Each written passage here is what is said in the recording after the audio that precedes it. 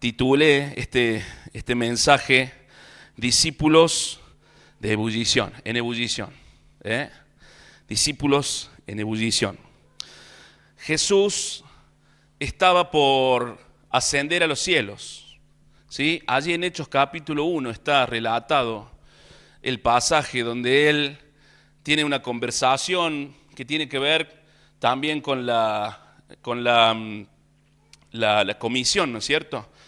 Tiene una conversación con sus discípulos y Él le dice algo que es importantísimo, vital, tremendo lo que el Señor Jesús le dice a sus discípulos. Él le dice, capítulo 1 de Hechos de los Apóstoles, versículo 8, muy conocido, y recibiréis poder, recibiréis poder cuando venga sobre vosotros el Espíritu Santo, y me seréis testigos en Jerusalén, Judea, Samaria y hasta lo último.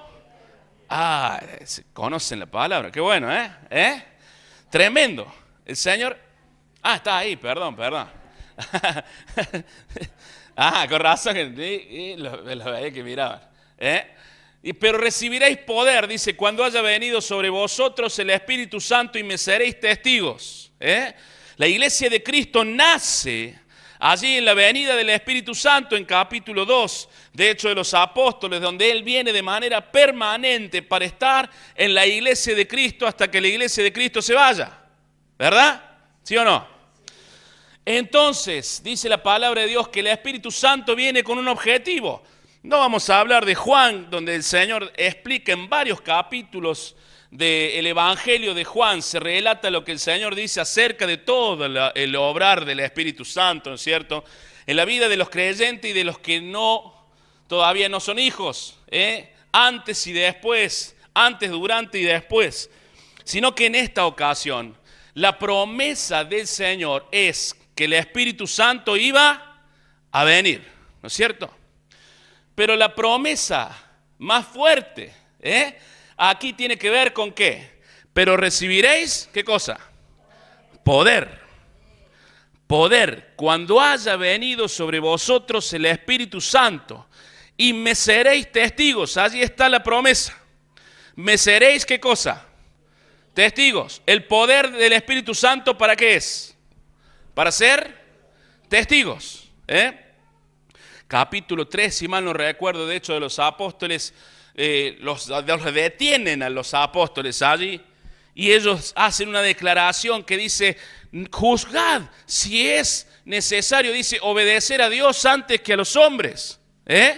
¿Por qué? Porque no podemos, ¿cómo dice? ¿Se acuerdan?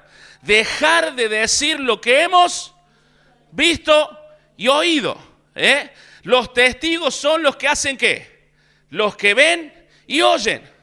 No podemos dejar de decir lo que hemos visto y lo que hemos oído, ¿sí? Los testigos, lo digo de nuevo, son quienes, los que dicen lo que vieron y oyeron. Una persona que nunca ha tenido una experiencia con Dios no puede ser testigo.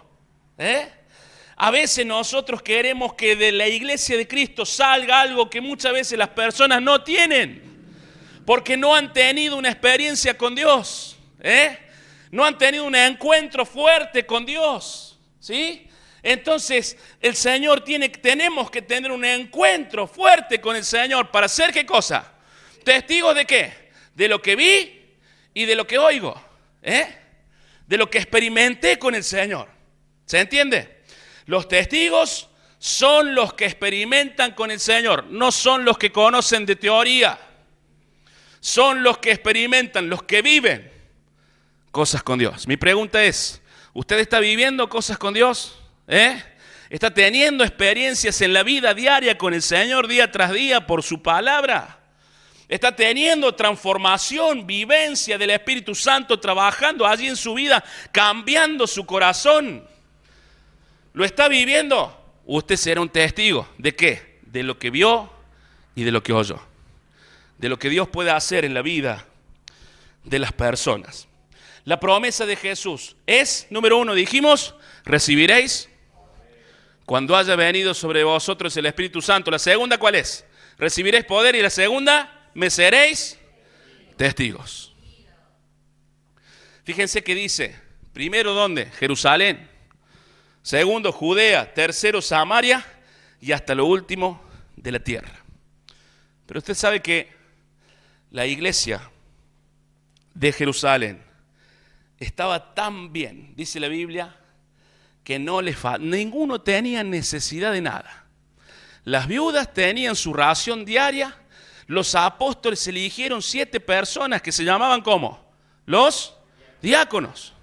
Eligieron 7 personas que eran de buen testimonio, que eran llenos del Espíritu Santo y de sabiduría. ¿Los eligieron para qué? Para llevar adelante, ¿qué cosa, hermana? El servicio. Para llevar adelante el servicio a las mesas, a las hermanas, estas que eran viudas, a los huérfanos, ¿no es cierto?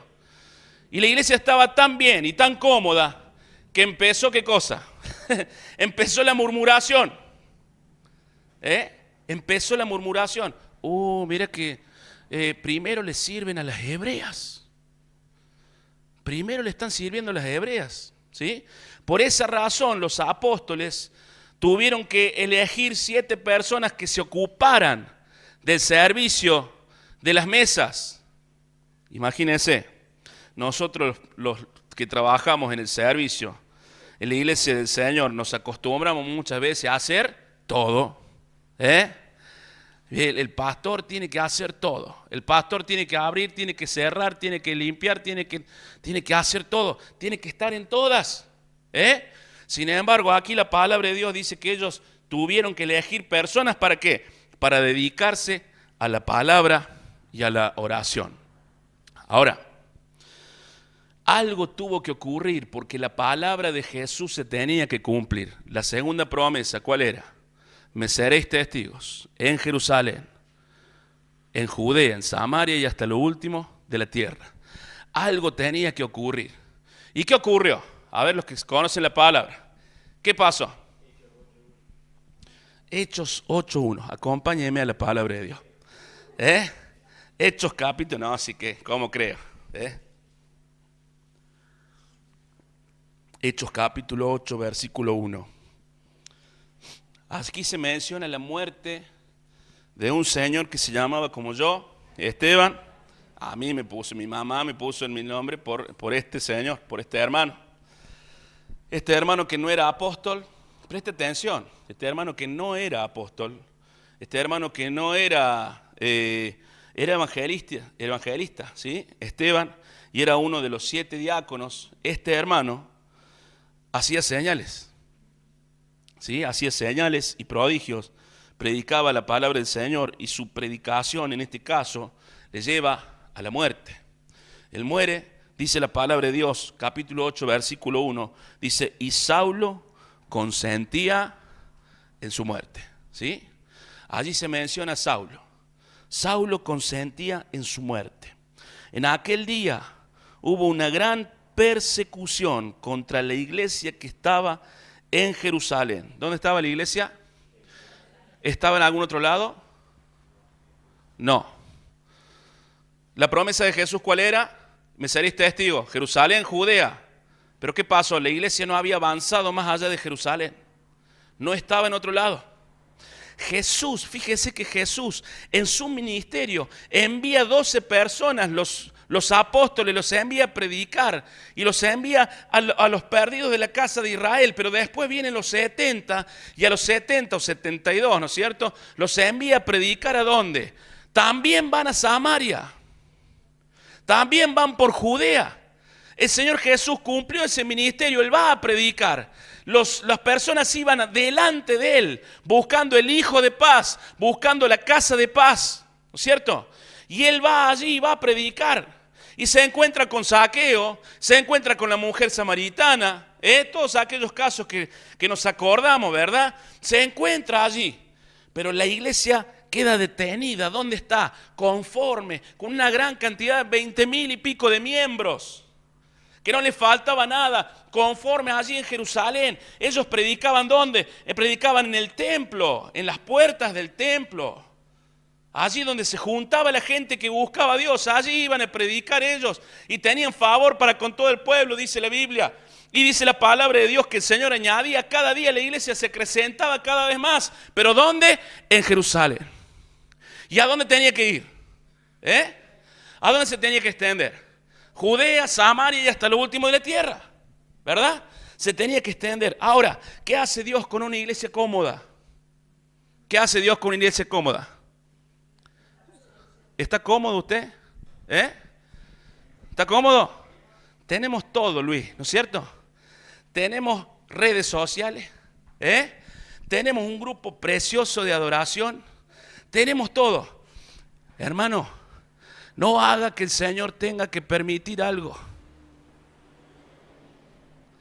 para que la iglesia salga, porque la voluntad del Señor siempre va a ser salir, siempre va a ser plantar iglesias, siempre va a ser evangelizar, siempre va a ser extender su reino.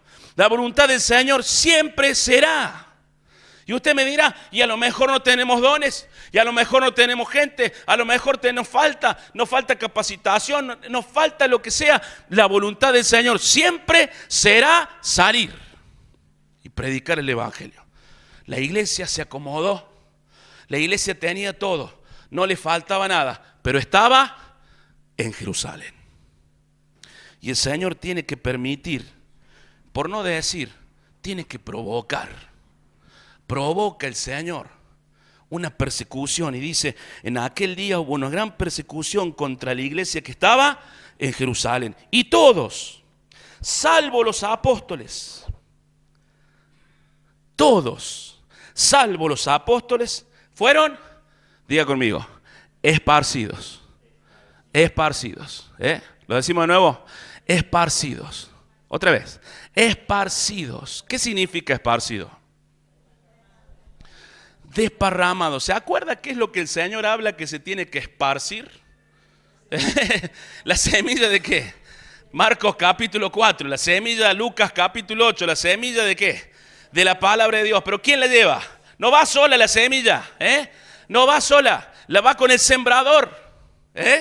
Va con el sembrador la semilla. Entonces cuando el Señor esparce, permite el esparcimiento de las personas, está permitiendo el esparcimiento de testigos. Y está permitiendo el esparcimiento ¿de qué? De la semilla de la palabra de Dios.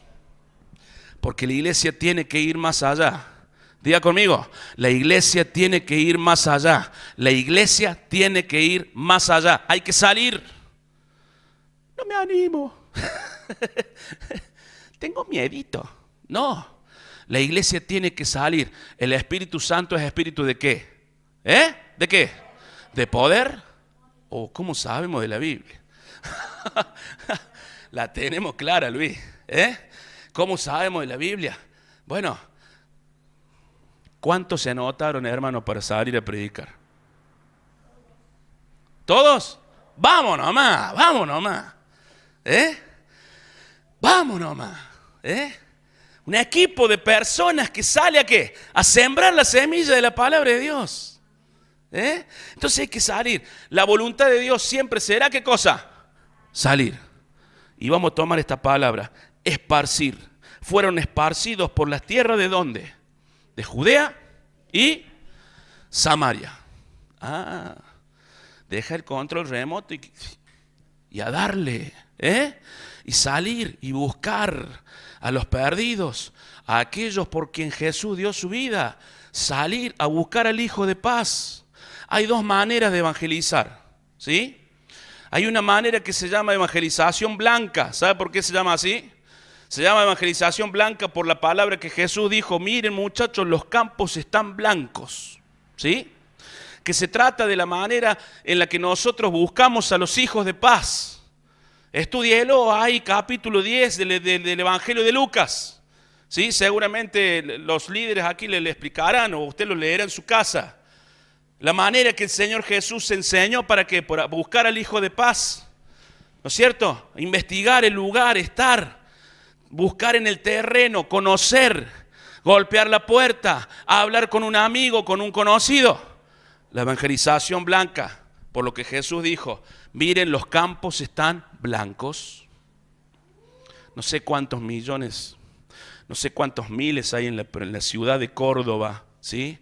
Pero estoy seguro, querido, querida, que aquí, afuera de esta puerta, hay muchas personas que Dios ya está obrando en su corazón para que el día que usted salga a evangelizar, se cruce ahí con ellos. ¿Sí?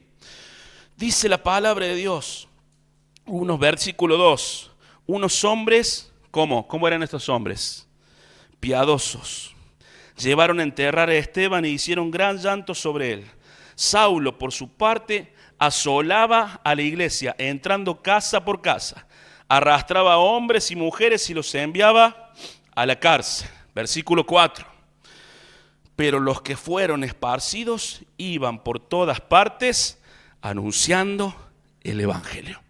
Los que fueron esparcidos iban por todas partes. Yo me pongo en la piel de ellos y digo, me están echando afuera de mi ciudad, me están persiguiendo, tengo que dejar mi casa, tengo que dejar mi trabajo, tengo que dejar mi todo, mi vida, la vida que construí en Jerusalén, en mi ciudad, tengo que dejarla. ¿Cómo estaría usted? Si usted es perseguido y tiene que dejar todo para ir y predicar la palabra, para irse perseguido, ¿cómo estaría usted? Yo estaría, Señor, ¿por qué? ¿Por qué, Señor, lo permití? Sin embargo, ¿qué hace el poder de Dios? ¿Qué hace el poder del Espíritu Santo? ¿Qué hace el poder de Dios? El poder de Dios, ¿qué hace? Empodera. Empodera a las personas. ¿Para qué? Para no solamente estar allí y decir, mira lo que me está pasando, que tengo que dejar mi casa, que tengo que dejar esto. No, iré donde Dios me manda, ¿no es cierto? Y predicaré el evangelio. No veré la persecución, queridos, no veré la persecución como algo malo. Veré la persecución como una oportunidad que Dios me da para cumplir la promesa que Él prometió. Tengo un Espíritu Santo de poder, Tengo un Espíritu Santo en mi vida que es de poder. Y ese Espíritu Santo de poder me capacitará, me empoderará. ¿Para qué? Para no ver la persecución como algo malo, sino como la oportunidad de cumplir la voluntad de Dios. Pero los que fueron esparcidos iban por todas partes anunciando el evangelio. ¿Por qué llamé este mensaje? Lo llamé discípulos en ebullición. ¿Por qué? Yo me acordaba cuando mi mamá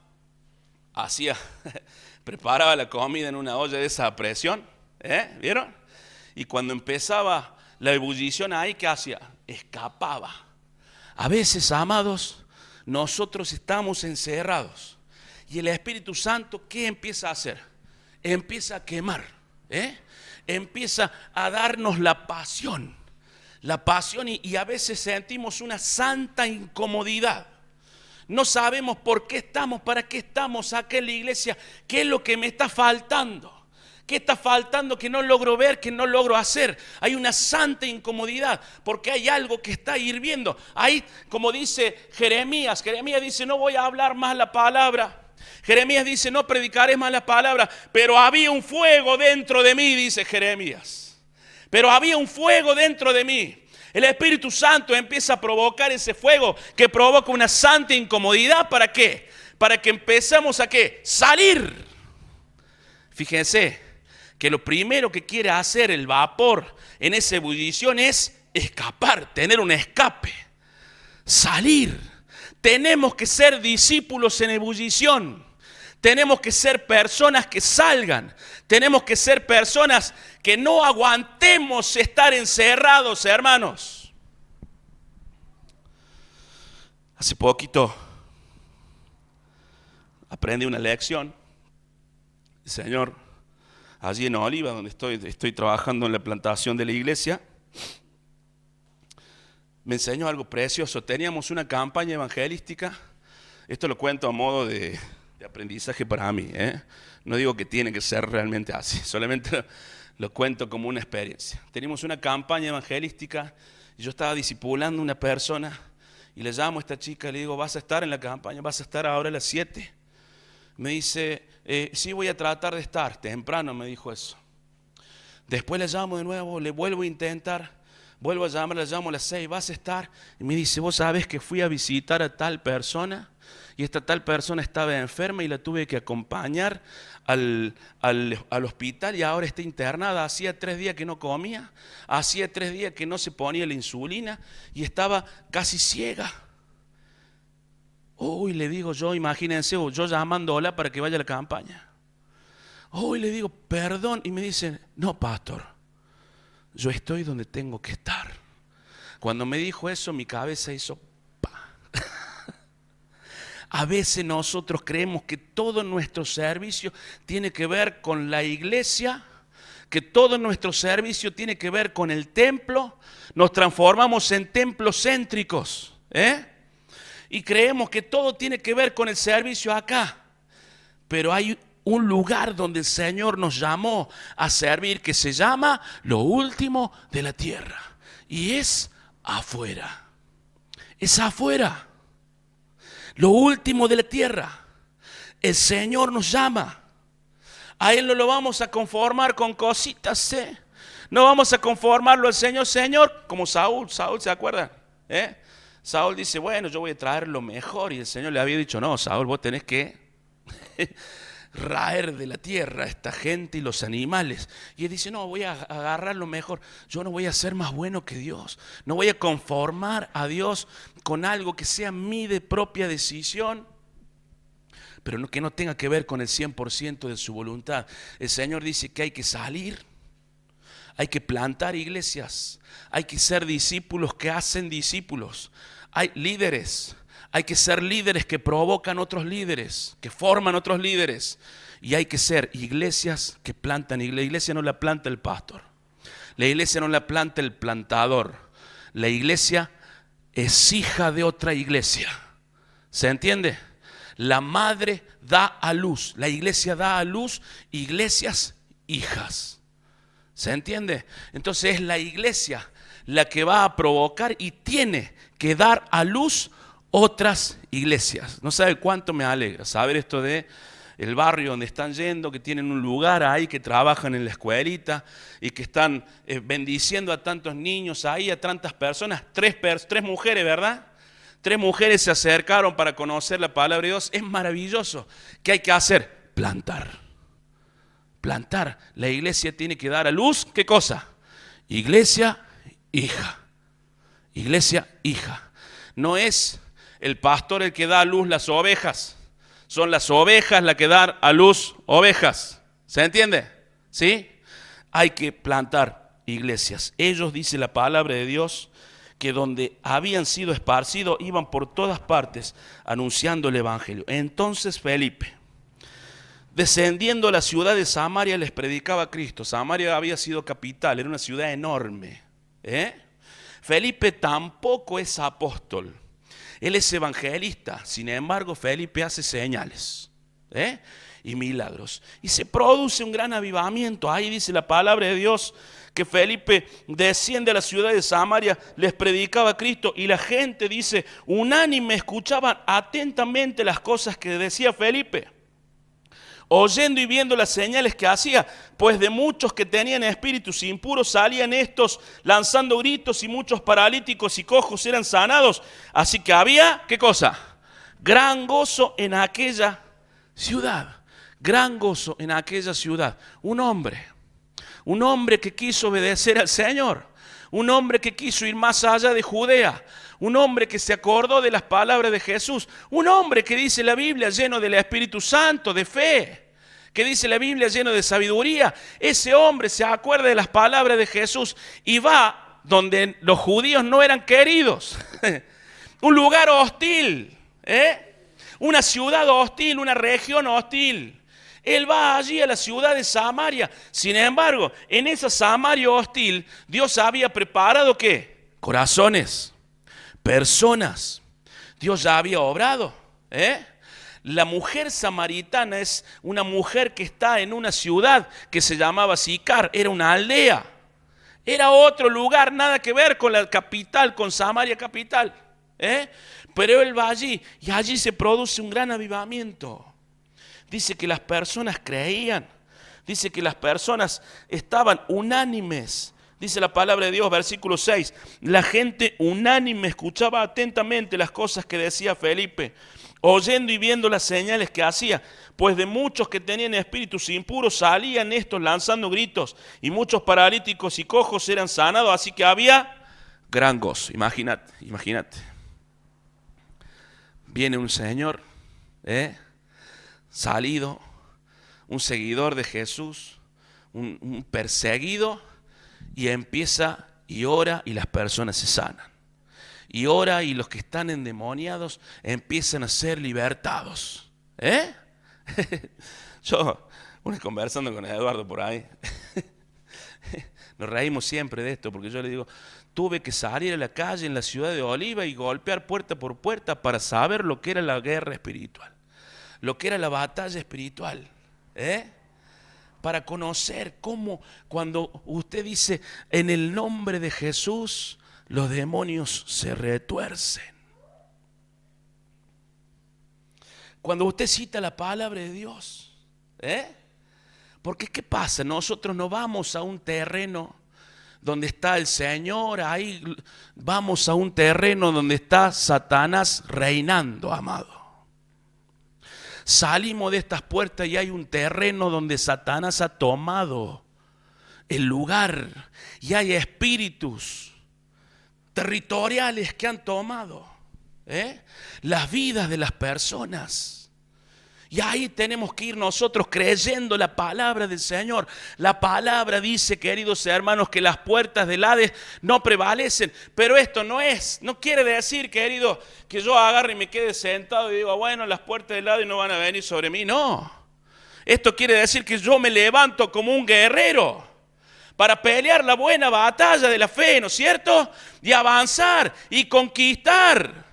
Y llegar a aquellos que no conocen a Jesús. ¿Para qué? Para que conozcan a Jesús. Para alcanzarlos para Cristo. ¿Y sabe qué? Las puertas del Hades retroceden. Cuando usted va, golpea, y esto se lo digo por experiencia propia, va, golpea la puerta y las personas empiezan a tener problemas espirituales, ahí los demonios retroceden. En el nombre de Jesús. En el nombre de Jesús. ¿Sabe cuántas personas tienen una batalla espiritual en su vida? Y están anhelando, deseando tener un encuentro con un hijo de Dios. Felipe no fue porque sí. Felipe fue porque Dios lo llevaba. Ahora, usted imagínese, van allá, ¿cómo se llama el barrio? Recuérdeme por favor. Ituzaingó. Van a Ituzaingó, predican la palabra y se convierten y empiezan a venir a Cristo. Y hay cosas que Dios empieza a hacer en la vida de las personas, ¿verdad? Qué glorioso, a mí me encanta, yo soy pastor y me encanta ver cómo desde cero el Señor empieza a transformar la vida de una persona. Me encanta, Con el tiempo, yo digo, a lo mejor vos no te acordás lo que eras, pero yo sí me acuerdo de lo que vos eras y cómo Dios trabajó en tu vida. Y me encanta eso. Me encanta ver cómo Dios obra allí en la vida de las personas, ¿sí? Pero como decíamos, vamos allí y el Señor se empieza a glorificar y nos usa y las almas se arrepienten y se convierten en el Evangelio. Pero Felipe fue llamado a algo más. Versículo 26. Un ángel del Señor habló a Felipe diciendo, levántate y ve hacia el sur por el camino que desciende de Jerusalén a Gaza, el cual es desierto. Imagínese, Felipe está predicando y está el avivamiento y la gente se convierte y bueno, todo lo que ya dijimos recién, ¿no es cierto? Pero de repente el ángel del Señor le habla y le dice, andate un camino que es, ¿cómo es? Desierto. ¿Camino cómo? Desierto. ¿Qué habrá pensado Felipe? Habrá dicho, pero Señor, voy a salir de acá que estamos en la gloria. Me estás llamando de acá para irme a un lugar que ni sé dónde es, ni sé cómo. ¿Sabe cuántos kilómetros había hasta el camino de Gaza? ¿Alguien sabe? 140 kilómetros. 140 kilómetros, ¿cómo?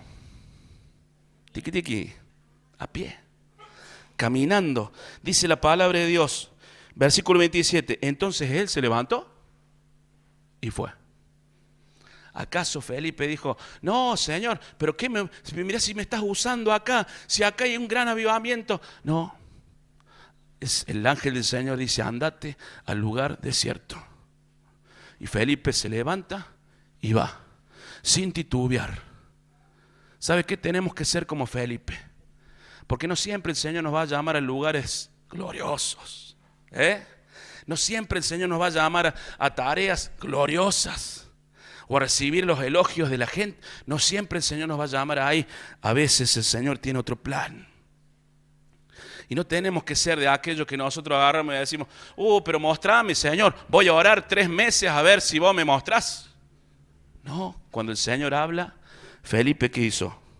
Se levantó y fue. Cuando el Señor habla, ¿qué hacemos? ¿O qué tenemos que hacer? Obedecer. Levantarnos y salir. El Señor está llamando, ¿verdad, Luis? ¿O no? El Señor llama. El Señor llama. Vayan. El sábado que viene, ¿no es cierto? El sábado que viene, vayan. ¿Qué tiene que hacer usted? Levantarse. El domingo, vayan. Levántese y salga. Obedezca al Señor en el momento que Dios le dice. La Biblia cuenta, no lo vamos a leer completo, cuenta que cuando él se levantó y se fue, se encuentra en el camino a un hombre que estaba yendo hacia su país. Salía de Jerusalén este hombre, un eunuco, dice la Biblia, un alto dignatario de la reina Candace de Etiopía, ¿sí? Entonces hay más de 3.000 kilómetros de Jerusalén hasta Etiopía. Y ahí, imagínese usted si Felipe dudaba, o si Felipe agarraba y se ponía a orar, Señor, voy a orar 3 meses para que vos me confirmes. Voy a orar 1 año para que me confirmes. Imagínese si él se plantaba ahí y decía, voy a orar para ver que me confirmes. ¿Cómo iba a llegar? Iba a llegar tarde.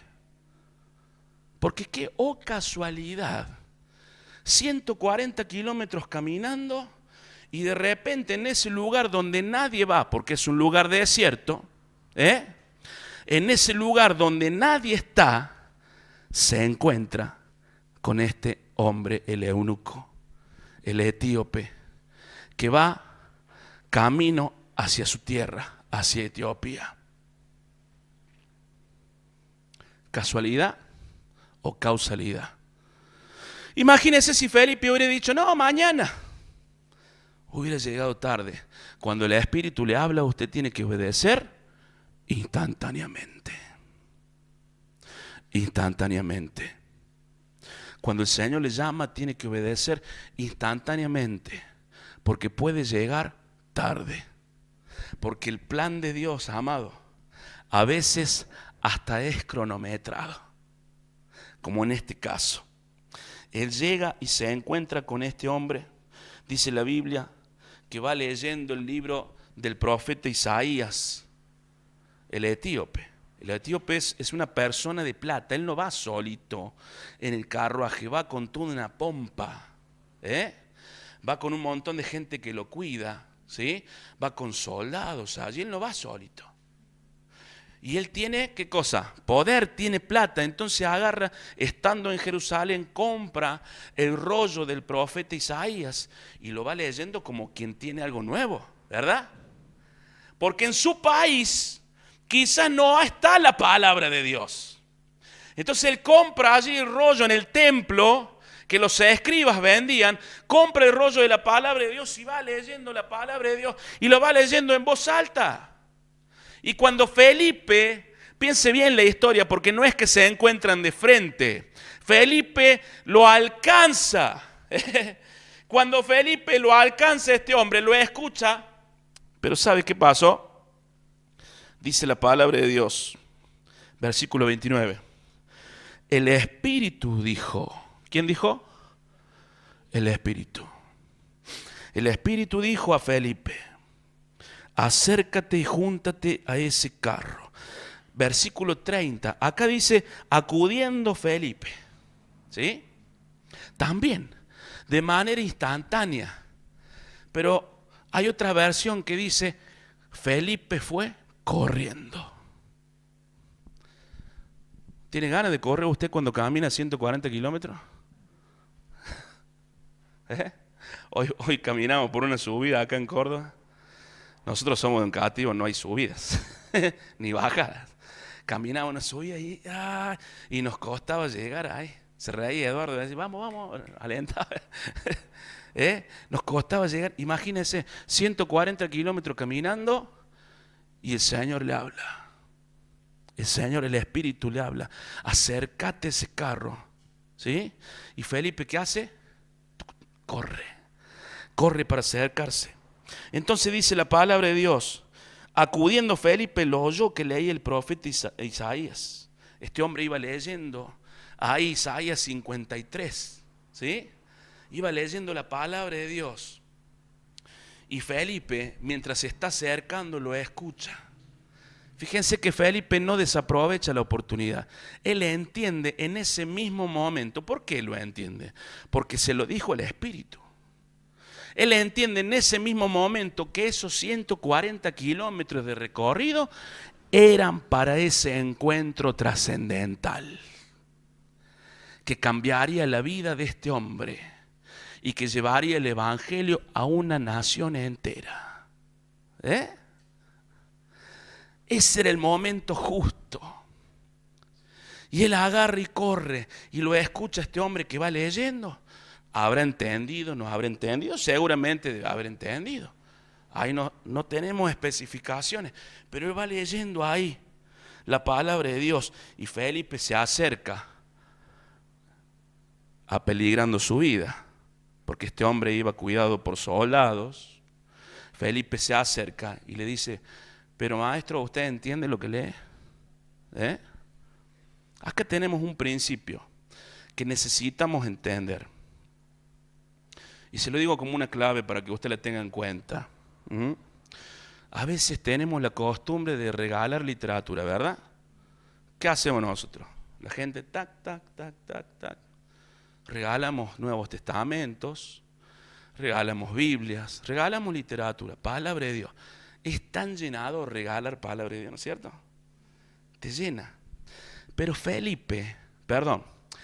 el etíope tenía la Biblia, había comprado la Biblia, iba leyendo la Biblia en un camino desierto donde nadie lo molestaba, con su mente enfocada en lo que decía la palabra. La iba leyendo en voz alta la Biblia, pero ¿qué pasaba? Pero no entendía la Biblia. Felipe le dice, ¿entiendes lo que lees? ¿Cuántas Biblias regalamos para que estén guardando polvo en algún cajón? ¿Cuántos Nuevos Testamentos regalamos para que estén ahí en alguna mesita de luz? Porque la gente que no conoce a Cristo, queridos hermanos y hermanas, lo dice el apóstol Pablo, ¿sí? La gente que no conoce a Cristo no tiene la luz del Espíritu Santo. Lee la Biblia, pero muchas veces no entiende la Biblia. ¿Nunca le pasó? No me gusta porque dice vosotros. ¿Vos sabés, me podés explicar? Porque no, vos sabés que no le entiendo nada porque dice vosotros sois. Me hablan en gallego, no le entiendo nada. Te dice eso la gente. Entonces nosotros tenemos que ser como Felipe. Tenemos que ver la oportunidad y agarrar y decir, pero entiende lo que lees. ¿Te explico? Ese es un principio, queridos, que tenemos que nosotros tener en cuenta. A veces nuestros esfuerzos están tirados en la nada porque la gente, como el etíope, tiene la Biblia, lee la Biblia, pero no entiende la Biblia. Y no basta con que con toda la buena onda del mundo vaya y le regale la palabra de Dios. No basta. El testigo soy yo. El testigo es usted. Las personas somos testigos. ¿Se entendió? ¿Sí? ¿Estamos de acuerdo? Bien. Entonces dice la palabra de Dios que este hombre le dijo: ¿y cómo podré si alguien no me enseña? Y rogó a Felipe que se subiera y se sentara con él.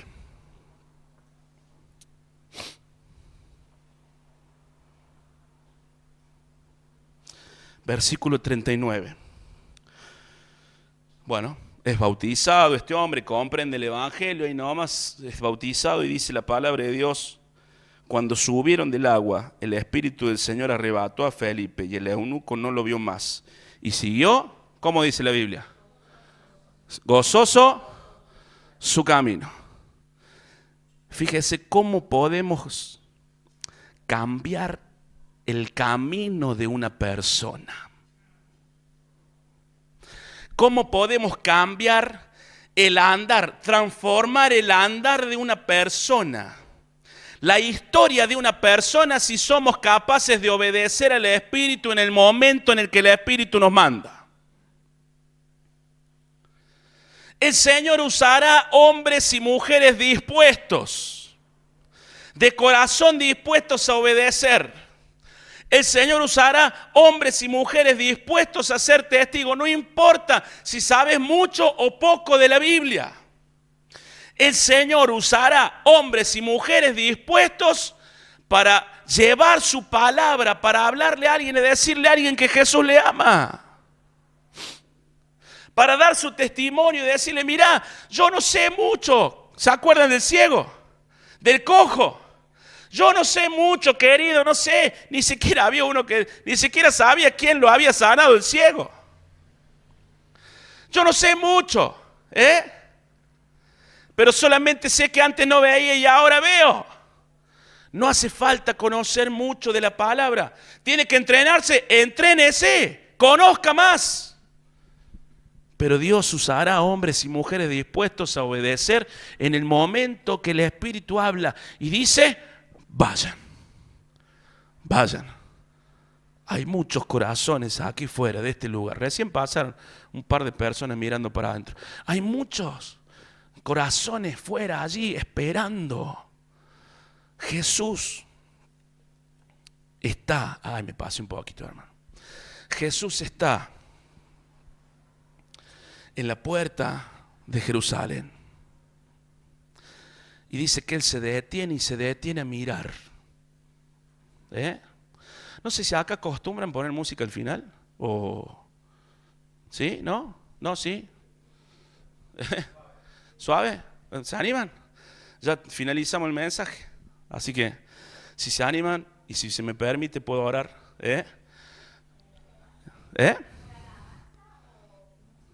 No, música al final. Ahí como para orar con un ambiente agradable. ¿Puede ser o no? ¿Se anima o no se anima? Están ahí, sí, no, sí. ¿Se anima, sí o no, hermano? No más que los empiece a nombrar. Allá en lo cativo le digo, los empiezo a nombrar. Fíjese, el Señor se detiene. Él se detiene frente a la ciudad. Y Él mira a las personas. Dice que Él vio a la multitud. ¿A quién vio el Señor? A la multitud. ¿Y los vio cómo? ¿Cómo los vio? Como ovejas. Ay, no. Ese es el diagnóstico que Jesús dio. Jesús es pastor, Él sabe. ¿Sí? Ese es el diagnóstico. Pero los vio cómo. Dice, ¿cómo? Hay una versión que dice agobiados y desamparados. Pero hay que detenerse. Hay que detenerse para verlos. Cuando salga, ¿sabe qué tiene que hacer, amado? Detenerse para verlos. Deténgase y véalos a los ojos. Y vea a las personas cómo están.